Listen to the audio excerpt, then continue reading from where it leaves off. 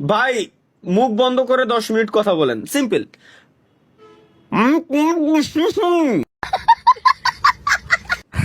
বুঝা গেছে? বুঝা গেছে কি কইছি? ভাই ঠোঁট কামড়ে রেখে কোক বলেন।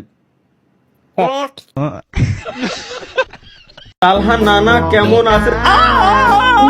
আরে আল্লাহ রে, আরে আল্লাহ রে, কাকা, চাচা, দাদা, এখন নানা। कैसे कैसे लोग रहते हैं यार यहाँ पर। নানা বলে এলাইছে ভাই।